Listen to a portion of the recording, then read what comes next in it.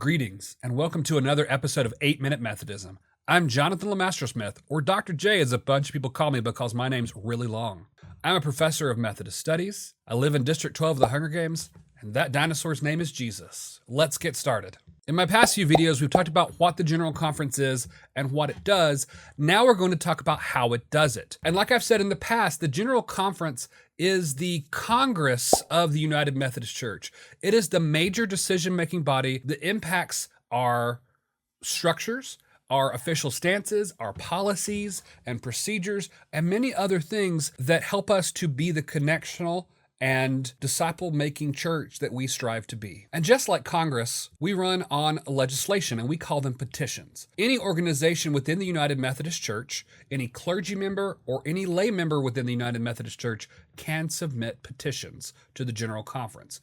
We have a whole process for how it's to be submitted, a format to follow, as well as a due date, because we need it at least 230 days ahead of the opening of General Conference, so that we can get it translated into languages, we can get them consolidated in case there are several pieces of legislation that match up, make sure that the legislation is in order, that it's not going to do something it can't do as part of that, and also to have people do advanced research so they can say, hey, we think this is going to impact the budget in this way, this is going to impact the Constitution in this way, or that it may be unconstitutional or cause other problems within the denomination. All of those petitions are then gathered and placed in what we call the Advanced Daily Christian Advocate. The ADCA is essentially the guidebook for General Conference in a lot of ways. It comes with the agenda, a list of the delegates that will be there from all over the world. It has the rules for organization, for how they conduct themselves, as well as a code of conduct. It includes the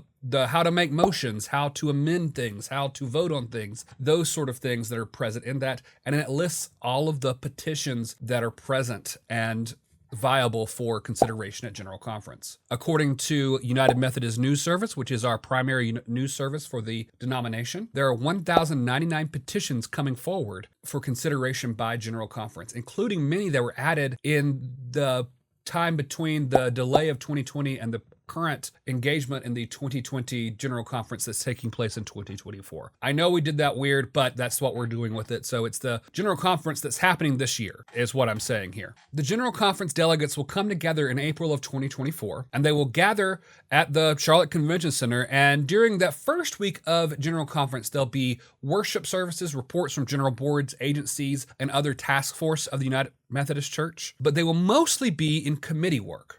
You see, the petitions are divided up among committees, very similar to a church. If a petition impacts a certain area of ministry, it is sent to that committee. We have 14 committees, plus the Standing Committee on the Central Conference Concerns, and these committees go into sessions to determine how to engage with the petitions that are present. They will also have access to research done by an advanced legislation team for potential issues, consolidations, constitutional problems, things, just red flags to look out for, and possible other issues that may come up. Each committee gets to decide which legislation to reject, which to amend, which to move forward to the body, or maybe even to place on the consent calendar. The consent calendar is set up to expedite the legislative process. With close to 2,000 petitions coming forward, plus other things going on at General Conference, we can't vote on each and every one of the petitions. Some of the committees will strike down large portions of the petitions, but there will still be several that will come through. The committees are able to bundle these petitions onto the consent calendar, and it's placed on the consent calendar to be voted on in blocks for approving these petitions as part of that. Now, if somebody wants to bring one of the petitions out of the consent calendar to be considered on the floor, all they need is 20 delegates to request, and the Secretary of the General Conference will remove it from that and bring it to the floor as part of plenary sessions. The legislation all goes to the voting of the plenary session. If it's not on the consent calendar, it is brought to the floor as part of the regular calendar of the plenary sessions as part of that. And this is where it gets to my sort of favorite part of the General Conference process. This is the part I watch most fully because it's the part that's usually live on the streams, and it's the part that is confusing for a lot of people, but it's my favorite part because it's that sort of political theater. That is, this is the part we see in the various congresses, parliaments, and other governing bodies where there is discussion, debate, there's caucusing, there's arguing, there's working to amend things, there's appealing to the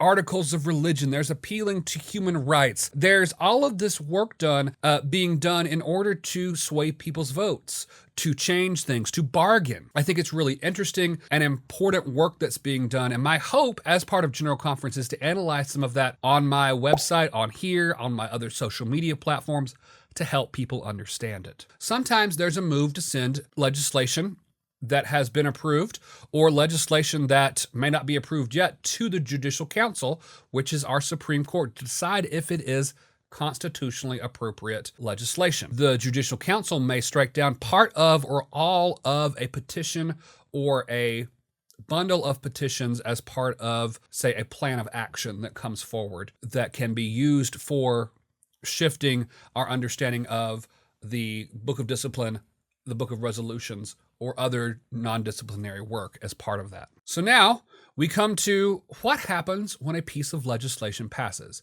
If legislation is passed and it does not affect the Constitution, it goes into effect generally on January 1st of the following year. That would be 2025 in this case, unless otherwise noted. Sometimes there's things that delay it or move it up upon the consent of the General Conference, but usually it's January 1st. Now, there is often a delay for central conferences, so the Standing Committee on Central Conference Concerns, as well as the Central Conference governing bodies, can do the work of seeing how that will impact the context of their areas as part of that. However, if a piece of legislation passes, but it modifies the Constitution, which is, amending the Constitution, it has to go to every annual conference to be voted on. And it's generally not going to be in the annual conference session that follows because most of the U.S. annual conferences are in May, June, or July as part of that. So there would be not enough time to get those amendments from the voting of General Conference to the annual conference. So it's usually in the annual conference season of the next year as part of that. And then if the annual conferences vote to approve it, it's not based on number of annual conferences. It's approved based on total number of votes as part of that. You can read more about this process in the Constitution. Maybe I'll do another video on it. But essentially, General Conference is our Congress. Petitions come from various places, are assigned to committees to deliberate on, reject, consolidate, make amendments to, and then if they pass the committees, are moved up to the general body, the plenary sessions of the full vote of the General Conference to be considered. This is where the arguing, the bargaining, the debating, and the voting takes place that will fully impact the Book of Discipline, Book of Resolutions, and the denomination as a whole. Once it passes, different things happen. We can cross that bridge when we get there. And so there you have it. A quick explanation of how General Conference works. There are some particularities that we can look at in other videos, or I can engage on my website and other places, but that's the basic understanding of it.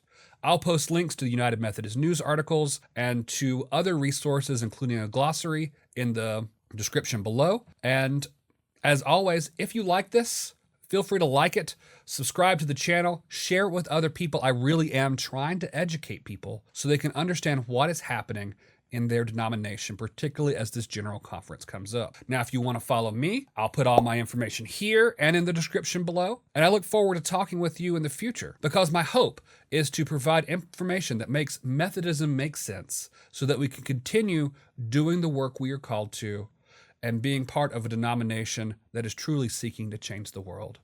Onward to perfection, y'all.